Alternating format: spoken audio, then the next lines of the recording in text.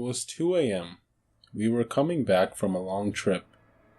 We being me and my friends, V, Ty, and Prem. V was driving while we were resting, but I could never get comfortable. So I ended up staying awake and talking to V most of the time. I remember we got pretty silent, so she turned on the radio and let me play some music. I tried to keep the music gentle since the others were sleeping. As we were driving down the highway, it was abnormally empty for being 2 a.m. We were near a factory that lets out late shift employees around that time.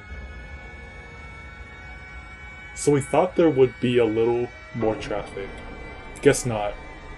I was just resting my eyes when I heard V step on the gas.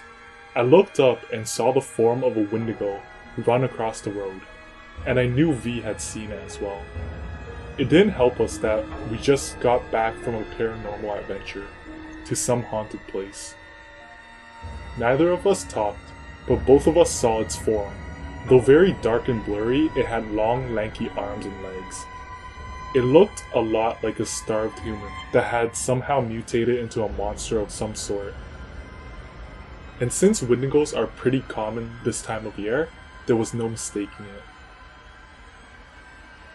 Brushing off what we had witnessed to calm ourselves down, not too further ahead there was a body in the road. I remember telling V to just run it over. I've seen this scenario play out in my head about 100 times, and it always ended bad. The others woke up when we stopped and began panicking. We got Ty to get out and see what was going on. It wasn't too long before he motioned us to come out, but he didn't see what V and I had, so we were a little more cautious. When we got out, I heard some slight moaning coming from the corpse when it moved. As I got closer, I realized this corpse was actually a just barely alive human. I couldn't really tell the gender because in appearance their body was gruesomely mangled.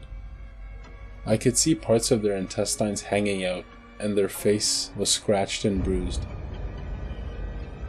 There were bite marks on their side, and they were covered in the same blood that had pooled in the spot. Most of their clothes were torn, but baggy enough that skin had barely shown. I thought they were dead at first, but when the body moved slightly and groaned, the first thing to come out of my mouth was, "Do you need help?" They did it. Is all I heard. I was beginning to realize the situation and panicked. I turned to the others. Prem had took a spot over on the side of the road, and Ty was in shock. I knew V the most, so I snapped her out of the blank face she gave, and asked her what we should do. "I'm not sure, man.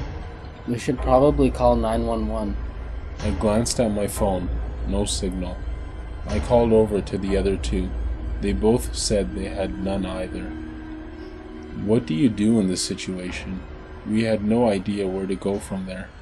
I started looking at the wounds to see if I could help at all, but there was no chance of this person surviving. There was a lot of groaning when V and I had picked up the body and moved it as gently as we could to the back seat. Some more of the stomach had exposed itself, so we covered up the body in a blanket.